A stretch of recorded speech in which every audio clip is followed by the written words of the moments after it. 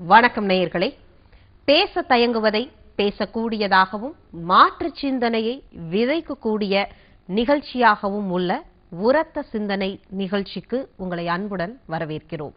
சுகிதாவாகிய நான் ஒரு கிராமத்திலிருந்து சென்னைக்கு புறப்பட்டு வரும்பொழுது குடும்ப பின்னணி, சாதிய அடையாளம் என்று அனைத்தையும் இந்த சென்னையில் துளைத்துவிட்டு இன்றைக்கு ஒரு பத்திரிகையாளராக உங்கள் முன்னால் நின்று கொண்டிருக்கிறேன்.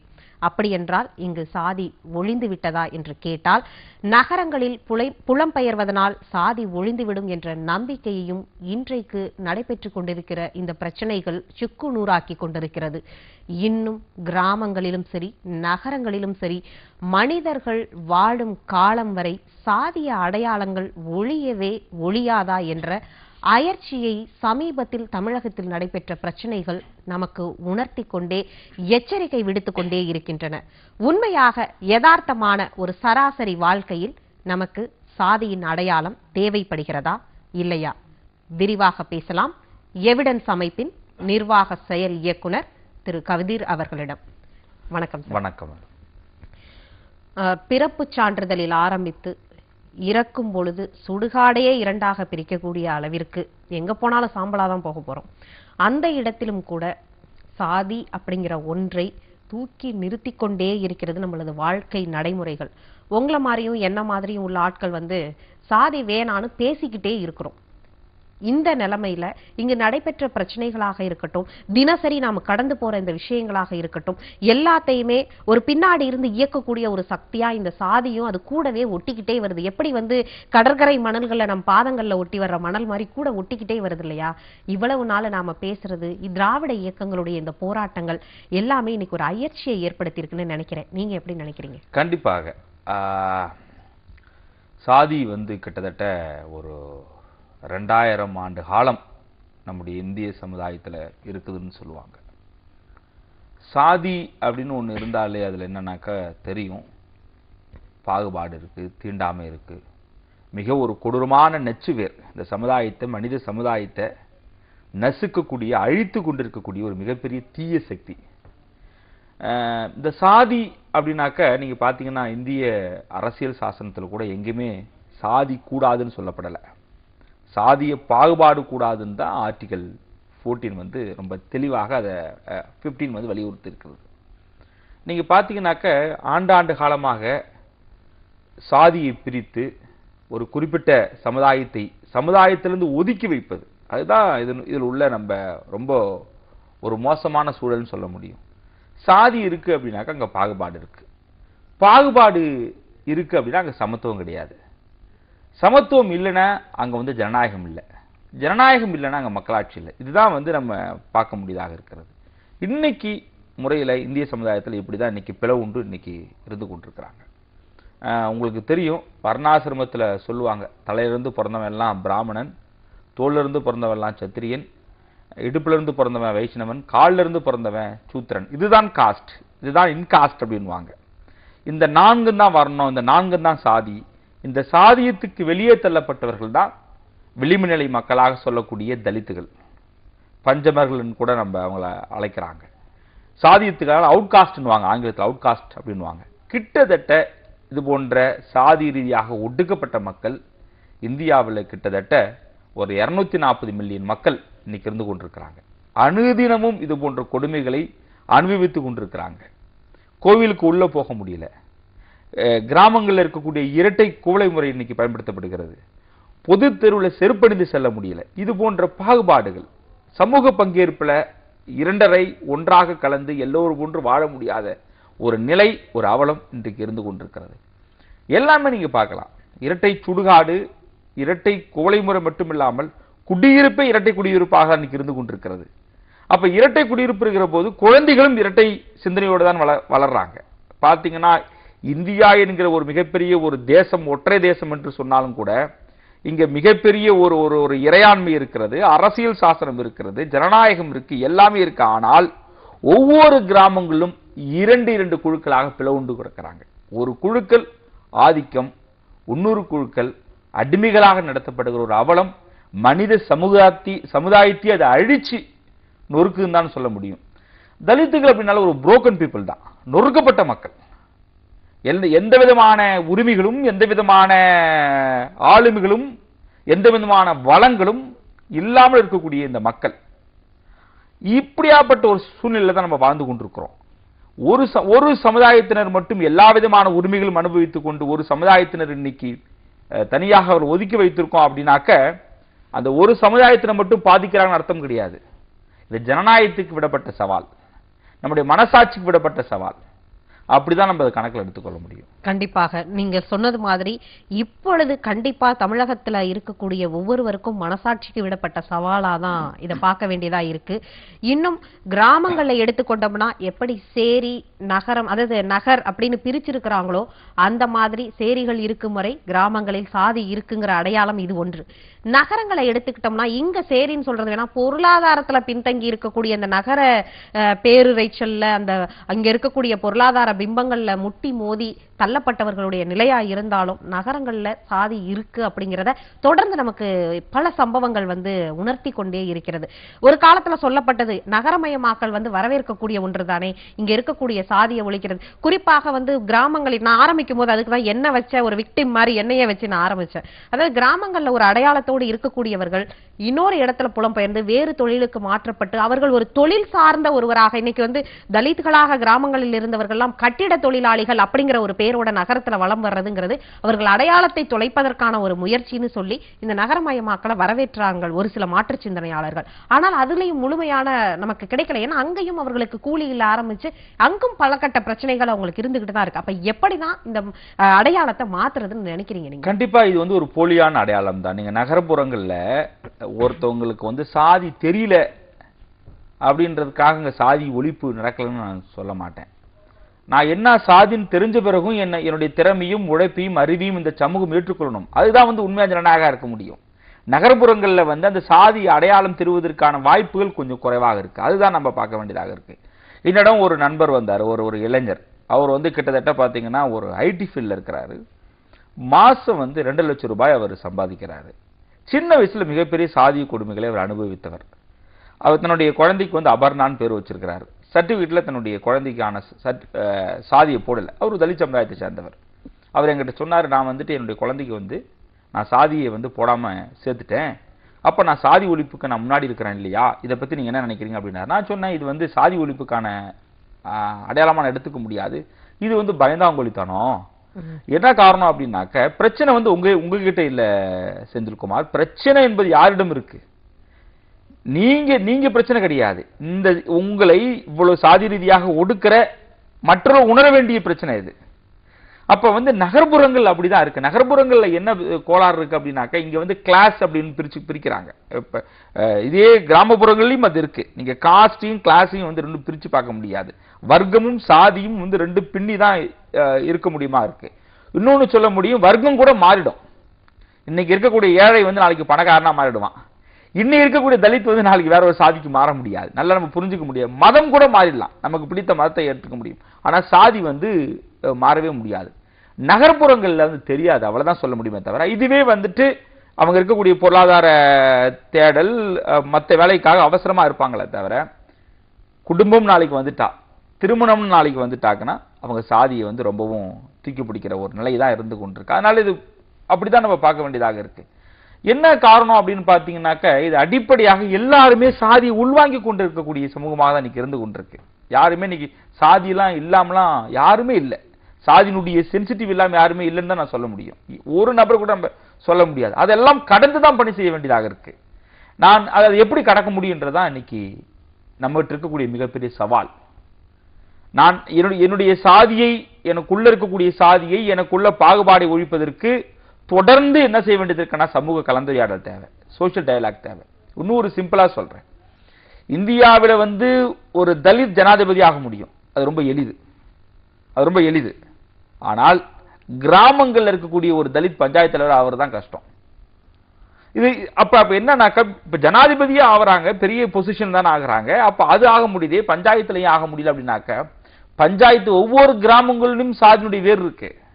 அந்த ரூட்டினுடைய ஒரு கிளைகளாக தான் நகரங்கள் இருக்கு, அவ்வளவுதான்.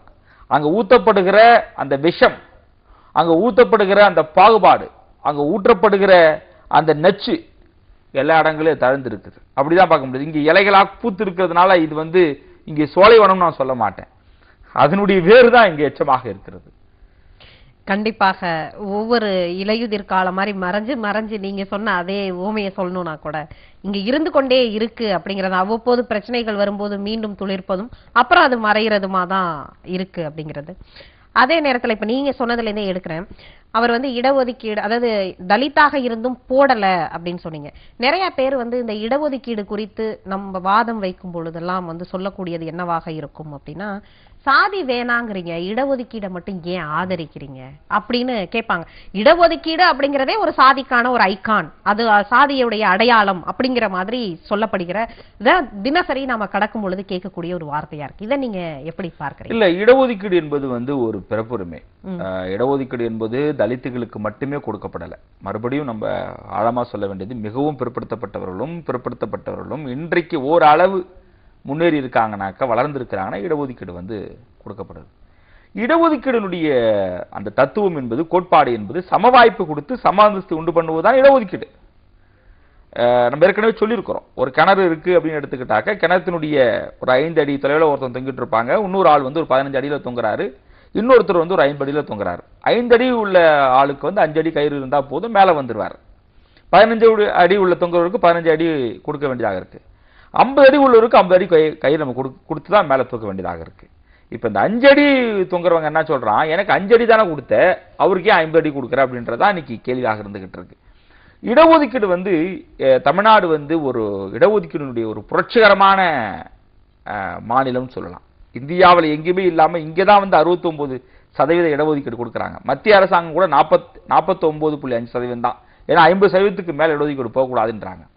இடஒதுக்கீடு எதுக்காக கொடுக்கப்படுறாங்க அப்படின்னு நம்ம பார்க்க வேண்டியதா இருக்கு. இடஒதுக்கீடு என்னன்னா, ஒரு சமுதாயம் ஆண்டாண்டு காலமாக இங்க ஒடுக்கப்பட்டு நெசுக்கப்பட்டு கிடக்கிறாங்க.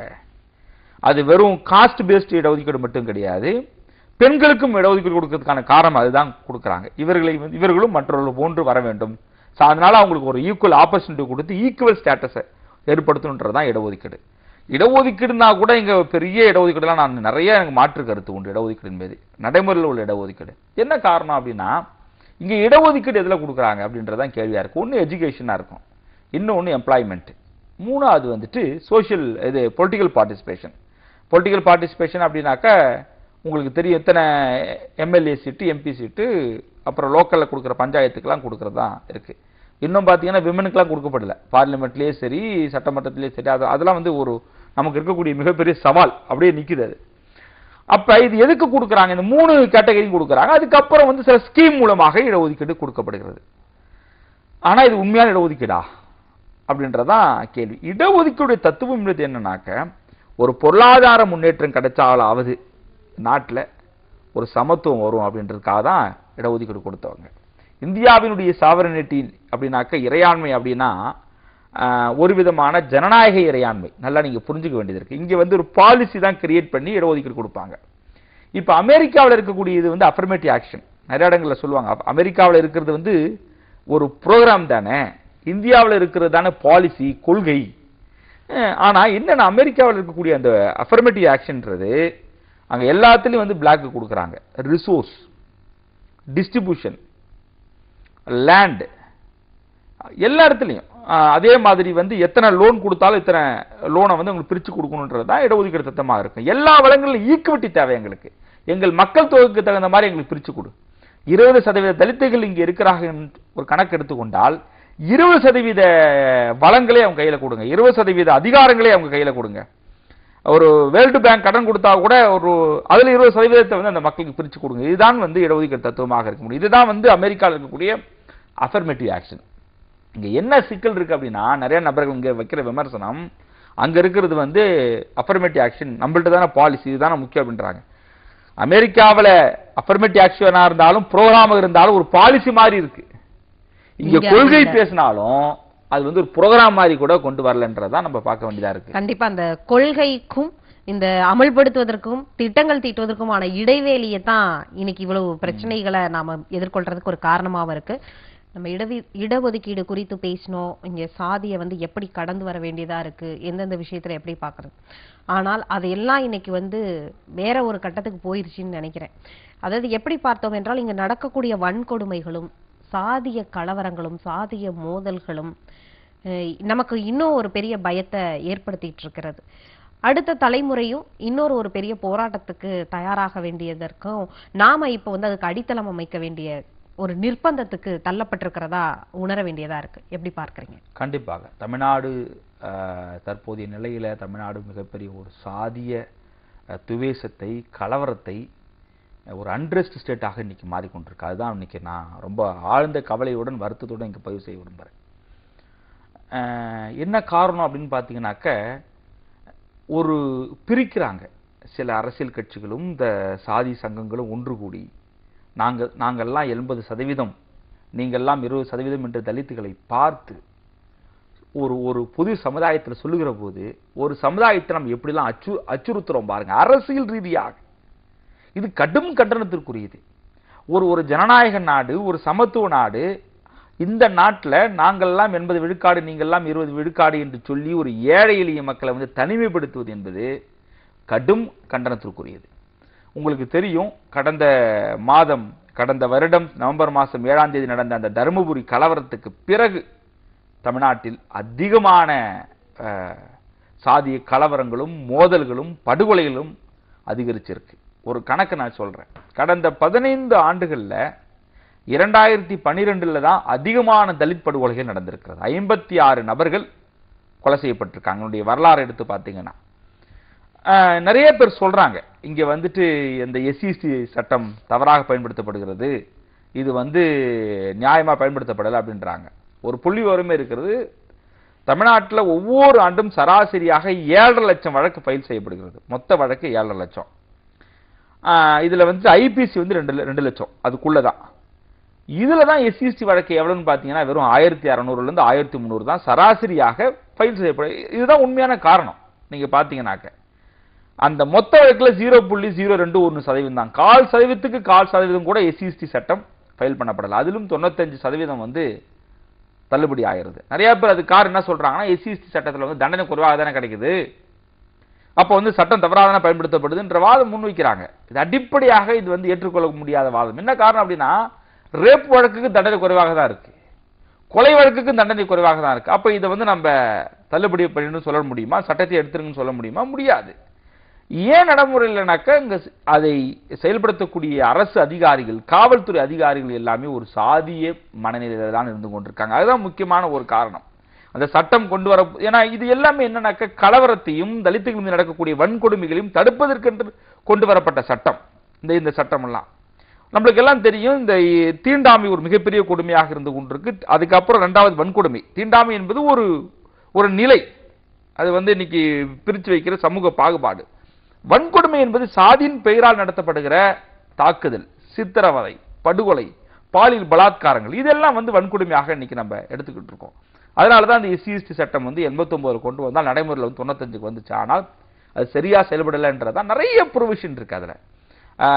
உதாரணத்துக்கு வந்து ஒரு முதலமைச்சரை தலைவராக கொண்ட ஒரு கமிட்டி இருக்கணும், இந்த சட்டம் சரியா செயல்படுதான் கண்காணிப்பதற்கு. தமிழ்நாட்டில் இதுவரை அந்த கமிட்டி போடவே இல்லை. அதே மாதிரி வேண்டுமென்றே கடமையை புறக்கணிக்கிற அதிகாரிகளுக்கு தண்டனை கொடுக்கணும்னு சட்டத்தில் இடம் இருக்கு. இதுவரை ஒரு அரசு அதிகாரி கூட தண்டிச்சதாக இடம் இல்லை. இன்னொன்னு சொல்றேன், இதே போன்று இப்போ ஒரு கொலையோ ஒரு கொலையோ நடந்துச்சுன்னா அதை விசாரிப்பது வந்து ஒரு இன்ஸ்பெக்டர் அல்லது எஸ்ஐ தான் விசாரிக்கணும். ஆனா எஸ்சிஎஸ்டி வன்கொடுமை சட்டத்தை விசாரிக்கிற விசாரணை அதிகாரி குறைந்தபட்சம் டிஎஸ்பியாக இருக்கணும். தமிழ்நாட்டில் 97-98% டிஎஸ்பிக்கு சட்டத்தை பத்தின நாலேஜ் ரொம்ப குறைவாகுது. இப்படிதான் இன்னைக்கு நடைமுறையில் அது இருந்து கொண்டிருக்கு. அது ரொம்ப வைக்கிற வாதமாக இருக்கு. ஆனால் இன்னொரு பக்கம் உள்ள போய் பார்த்தீங்கன்னா நிறைய மோதல்கள், கலவரங்கள். இந்த தலித் பெண்களுடைய பாலியல் பலாத்காரம் சம்பந்தமா ஒரு ஆய்வை நாங்கள் மேற்கொண்டோம். 2011 வந்து கிட்டத்தட்ட தமிழ்நாடு முழுக்க நான் சொல்றேன் 631 பேர் வந்து ரேப் பாலியல் பெண்கள் மீது நடந்த கொடுமை. அதுல வந்து 471 வந்துட்டு சிறுமிகள் மீது தான். தமிழ்நாட்டில் வந்துட்டு ரேப் நடக்குதுன்னா அதுல 70 விழுக்காடு சிறுமிகள் மீது தான் நடக்குது. அதுக்குள்ள தலித் பெண்களுடைய பட்டியல் எடுக்கும்போது வெறும் 30-35 தான் இருந்துச்சு. இது என்னடா மிக குறைவாக இருக்கேன்னு சொல்லி நாங்கள் ஒரு ஆய்வு மேற்கொண்டோம். நம்பவே மாட்டீங்க, ஒரு 5 டிஸ்ட்ரிக்ட்ல ஒரு சாம்பிள் ஆய்வு மேற்கொண்டோம். ஒரு 6 மாசத்துல எவ்வளவு நடந்திருக்குன்னு. 119 ரேப் நடந்திருக்கு. அந்த 119 ரேப்புமே எஃப்ஐஆர் ஃபைல் பண்ணப்படல, எஃப்ஐஆர் போடப்படல. ஏன்னா புகார் கொடுத்திருக்காங்க, அங்கேயே காவல்துறையினர் வந்து மிரட்டி அந்த வழக்கை வாபஸ் வாங்கிட்டாங்க. அது போக இங்க இருக்கக்கூடிய சாதிய குழுக்களும் அதை மிரட்டி தான் அந்த பாதிக்கப்பட்ட பெண்ணிடமிருந்து அந்த வழக்கெல்லாம் வாபஸ் வாங்குறாங்க. இதுதான் இன்றைக்கு இருக்கக்கூடிய யதார்த்தமான நிலையாக இருந்து கொண்டிருக்கு. அடுத்து கலவரம் அப்படின்னு பார்த்தீங்கன்னா நமக்கு எல்லாம் நல்லா தெரியும். சாதியே ஒரு ஒரு ஒரு ஒரு ஸ்டேட் ரொம்ப மோசமா மாறிக்கிட்டு இருக்கு. தமிழ்நாட்டில் நம்ம ஒரு வரலாறு எடுத்துக்கிட்டாக்க அரசு இயந்திரங்களும் சாதி இந்துக்களும் நடத்துற ஒரு கலவரம் இருக்கு பாருங்க. அண்மையிலேயே பரமக்குடியை நம்ம ஒரு உதாரணத்துக்கு எடுத்துக்கலாம். பரமக்குடி துப்பாக்கி சூடு, அதுக்கப்புறம் பார்த்தீங்கன்னாக்க தருமபுரியில் நடந்த மிகப்பெரிய கலவரம், மரக்காணத்தில் நடந்த ஒரு பெரிய கலவரம், என்ன நடந்துகிட்டு இருக்குன்றதா நமக்கு தெரியவில்லை. அப்ப இந்த கலவரங்கள்லாம் என்ன காரணம், யார் இதை வந்து தூண்டி விடுறாங்கன்றதான் புரிஞ்சுக்க வேண்டியதா இருக்கு. நான் சொல்றது என்னன்னா, அவங்கெல்லாம் பாவம், அப்பாவிகள். இப்ப இதுவே வந்து மிகவும் பிற்படுத்தப்பட்ட சாதிக்கும் இல்ல தலித்துகளுக்கும் இருக்கக்கூடிய மோதல் இருக்கு பாருங்க. அந்த மோதல் வந்து யார் மோதிக்கொள்றா? இங்கு சாதி ரீதியாக ஒடுக்கப்பட்ட தலித்துகளும் பொருளாதார ரீதியாக ஒடுக்கப்பட்ட மற்ற சமுதாயத்தினரும் மோதிக்கிறாங்க. இவங்க ரெண்டு பேத்துக்கு என்னைக்காவது மோதல் இருந்துச்சா? யார் தூண்டி விடுறா இந்த நாட்டில்? இந்த தீய சக்திகள் யார்? இதை நம்ம வந்து ரொம்ப ஆழமா கணக்கில் எடுத்துக்கொள்ளணும். என்னன்னா இது போன்ற நபர்கள் இப்ப தெரியாது, இப்ப ஏற்கனவே வழக்கை கடுமையா ஃபைல் பண்ணுவாங்க, குண்டாஸ் போடுவாங்க, தேசிய பாதுகாப்பு சட்டம் போடுவாங்க. நாளை பின்ன வந்து எந்த தலைவனும் வந்து உதவி செய்ய மாட்டான், அவங்க பெத்தவங்க உதவி செய்வாங்க. நீதிமன்றத்துக்கு காதுல போட்டிருக்கக்கூடிய கடுக்கனையும் காகாணி நிலத்தை அடமானம் வச்சுதான் இந்த கேஸ் நடத்த முடியும். இது தெரியாம நீ வந்து பஸ் உடைக்கிறதும் ஊரை கொளுத்துறதும் அப்படின்னாக்க யாருக்காக நீ பண்ற? புரிஞ்சு கொள்ள வேண்டியதா இருக்கு. உன் பேரை வைத்துக் கொண்டு, உன்னை வைத்துக் கொண்டு, உன் சாதியை சென்சிட்டிவா தூக்கி கொண்டு சில சுயநல தலைவர்கள் தங்க மேல வச்சுக்கிறதுக்காக பண்றாங்க. இதை வந்து இவர்கள் பழியாகக்கூடாது. உண்மையான நான் சொல்றேன், இது போன்ற ஏழை எளிய பிற்படுத்தப்பட்டவனுடைய உண்மையான உறவு யாரா இருக்க முடியும்? தலிதா தான் இருக்க முடியும். நீங்க அவங்களோட அலையன்ஸ் வச்சுக்க முடியும். அவன் உங்களை பிரிச்சு பார்க்கறான், எல்லா சாதி சங்கங்களும் சேர்ந்து உங்களை பிரச்சனை பார்க்கறான். இதை நீங்க உள்வாங்கி கொண்டு கலவரத்தை நீங்க கையில் எடுக்கிறீங்க, நெருப்பை கையில் எடுக்கிறீங்க, அருவாளை கையில் எடுக்கிறீங்க அப்படின்னா என்ன அர்த்தம்? பாதிப்பது யார்? கண்டிப்பா நீங்க சொல்வது போல பாதிப்பது சராசரியாக தினசரி வாழ்வாதாரத்தையே யோசிக்கக்கூடியவர்கள் தான். அவர்களிடம் அந்த சாதி வெறியை தூண்டி அவர்களை வந்து நீங்க சொன்ன மாதிரி அந்த சென்சிட்டிவ் ஆக்கி இன்னைக்கு அவர்களை வந்து ஒரு கலவர பூமி ஆக்கி அதுக்கப்புறம் அவர்களுடைய வழக்குகளை சந்திக்கவும் அவங்க சிறைச்சாலைகளுக்கு செல்ற நிலைக்கும் தள்ளப்படுகிறார்கள். அதே நேரத்தில் இன்றைக்கு இன்னைக்கு யாருப்பா சாதி பாக்குறா அப்படிங்கிற வார்த்தையை வந்து எளிதா நிறைய பேர் சொல்லிட்டு போறாங்க. இன்னைக்கு எல்லாரும் நாம பார்த்து வைக்க வேண்டியதுல, இன்னைக்கு எல்லாருமே பிள்ளைகள் எல்லாருமே வேற ஒரு தளத்துக்கு வந்துட்டாங்க. அவங்களே வந்து காதல் திருமணங்கள் அதிகமா நடக்குது. அதனால இன்றைக்குலாம் சாதின்னு சொல்லிட்டு இந்த மாதிரி சொல்றதெல்லாம் இன்னும் ரொம்ப ஹம்பக்குன்னு சொல்ற அளவுக்குலாம் நிறைய பேர் இருக்கிறாங்க, அவ்வளவு மோசமா சொல்லக்கூடியவர்கள். ஆனாலும் இந்த ஜாதி எதிர்ப்பு மறுப்பு திருமணங்கள் நடந்த பிறகும் இங்க சாதி ஒளிஞ்சிருக்கா அப்படின்னா இல்ல. பெரியார் சொன்ன அந்த சாதி மறுப்பு திருமணங்கள் வந்தால் இங்க சாதியம் இருக்காதுன்னு நினைச்சு அவருடைய கொள்கைகள் படி இன்னைக்கு நடந்த திருமணங்கள் எல்லாம் அவர்கள் ஒண்ணு பிரிக்கப்பட்டிருக்கிறார்கள், அந்த சாதியிலிருந்து அந்த குடும்பங்களிலிருந்து பிரிக்கப்பட்டிருக்கிறார்கள். இல்லைன்னா அவங்க ரெண்டு பேருக்குள்ளே இருந்து யாரோ ஒருவருடைய சாதியுடைய அடையாளத்தோட வாழ்ந்துகிட்டு இருக்காங்கிறதுதான் நிதர்சனம். அப்ப இந்த சாதி மறுப்பு திருமணங்களும் சாதியை ஒழிக்க பயன்படவில்லை அப்படின்னு எடுத்துக்கலாம். கண்டிப்பா நான் அது மறுப்பு தெரிவிக்கிறேன். காரணம் என்ன அப்படின்னா, எல்லாரும் சொல்றாங்க, இன்டெலெக்சுவலா அது சொல்லிக்கிறாங்க, நீங்க யாராவது ஒரு சாதி தானே போட்டுக்கிறீங்க அப்படின்னாக்க. நான் என்ன சொல்றேன், குறைந்தபட்சம் மீறுகிறார்கள் இல்லவா?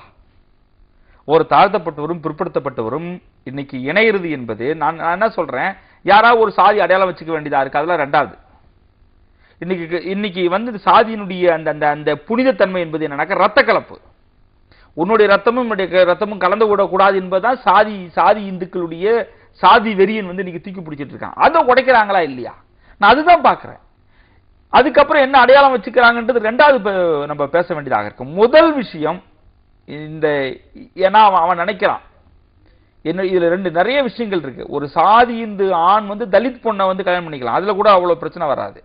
ஒரு தலித் ஆண் சாதி இந்து பெண்ணை வந்து திருமணம் பண்றதுலாம் இங்க பிரச்சனையா இருக்கு. அந்த கலப்பு அப்படின்றது ஒரு ஆணாதிக்க சிந்தனையும் சாதி சிந்தனையும் இரண்டும் ஒன்றாக தான் இன்னைக்கு இருக்க முடியுது, பிரிச்சிட முடியாது. இது நீங்க வந்து சாதியும் சரி மதத்தையும் சரி ஆணாதிக்கத்தையும் பிரிச்ச முடியாது. மூணு விஷயம் இதுதான் இயக்குது. அப்ப பார்க்கும்போது நான் என்ன சொல்றேன், அடிப்படையா மீறுறாங்களா இல்லையா, நான் வந்து வரவேற்கிறேன், நான் பெருமைப்படுறேன். நான் நீங்க வந்துட்டு இது சாதாரணமானது கிடையாது. நீ ஆண்டாண்டு காலமா 2000 வருஷம் கட்டி காப்பாற்றி வைத்திருக்கக்கூடிய அந்த போலியான மித்தை உடைக்கிறதுக்கான வழி இருக்கா இல்லையா, அதை நம்ம பெருமைப்படணுமா இல்லையா?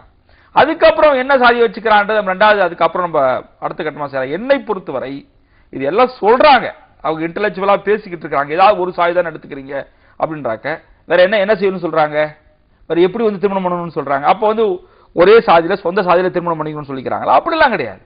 பிற்படுத்தப்பட்டவர்களுக்கு இடையே நடக்கக்கூடிய அந்த கலப்பு என்பது கூட ஒரு அளவு இன்னைக்கு எல்லாரும் ஏற்றுக்கொள்றாங்க. ஆனால் தாழ்த்தப்பட்டவர்கள் இன்னைக்கு திருமணம் பண்ணுவது என்பது என்னை பொறுத்தவரை உடைக்கிறது என்றது மிகப்பெரிய ஒரு புரட்சி தான்.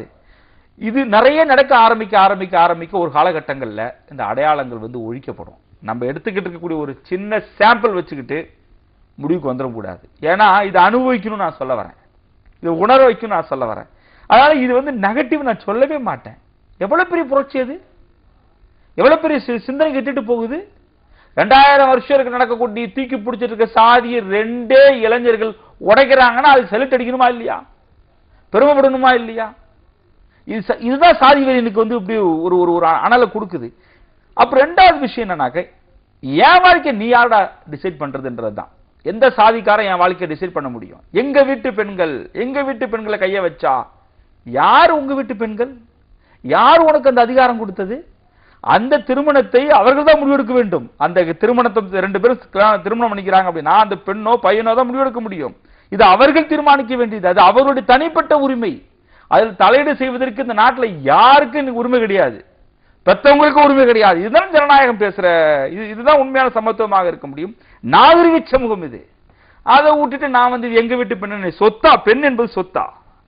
கண்டிப்பா அந்த மனநிலை முதல்ல மாறாத வரைக்கும் இங்க நாம வந்து பெண்களை வந்து ஒரு சொத்தாகவும் பொருளாகவும் பார்க்கிற மனநிலையை மாத்தாம நாம இது குறித்து பேசுறதுங்கிறதுக்கே அர்த்தமற்றதா போயிடும். அந்த நிலையும் மாற வேண்டும். நீங்கள் சொன்னது போன்று இது போன்று சாதி மறுப்பு திருமணம் செய்து வருபவர்களை இன்றைக்கு ஒதுக்கி வைப்பதை விட அவர்களை முன்னெடுத்து செல்லணும் அப்படிங்கிறது தான் ஒரு நாகரிகம். நம்ம சாதியை ஒழிக்கணும்னு சொல்ற எல்லாத்துக்குமே வந்து ஒரு வளர்ச்சி கட்ட பாதைக்கு போகும் அப்படின்னு சொல்லலாம். இருந்தாலும் இது அரை மணி நேரத்துல பேசுற விஷயம் இல்ல. 2000 நீங்க சொன்ன மாதிரி 2000 வருஷமா சந்திக்கிற ஒரு பிரச்சனை. இருந்தாலும் இந்த நேரத்தில் இன்றைக்கு எது தேவை என்பதை உணர்ந்து அது குறித்த வழக்குகள், அது குறித்த சட்டங்கள், அது குறித்த புரிதல், ஆழமான புரிதலோடு இங்க வந்து கருத்துக்களை பகிர்ந்துகிட்டதுக்கு ரொம்ப நன்றி. நன்றி.